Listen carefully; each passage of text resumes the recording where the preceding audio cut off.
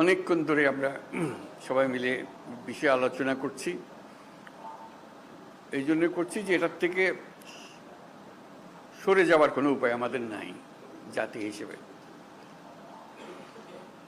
যদি বলি যে সংস্কারের প্রয়োজন নেই, লোকে হাসবে, এতদিন কী করলেন তাহলে? বললেন যে এগুলো সব বললে, এটা বল এটা বল, এখন বলে যে সংস্কারের কাজ নেই। সেটা আমরা কেউ বলছি না, সংস্কার দরকার, খুব গভীরভাবে দরকার, হালকাভাবে না। শুধু এখানে আমরা একত্র হতে চেয়েছিলাম সবাই মিলে। আজকে প্রশ্ন উঠেছিল সবাইকে একত্র করলেন কেন? না হলে তো জনে জনে গ্রুপে গ্রুপে গিয়ে বলতে হতো আমাদের জন্য।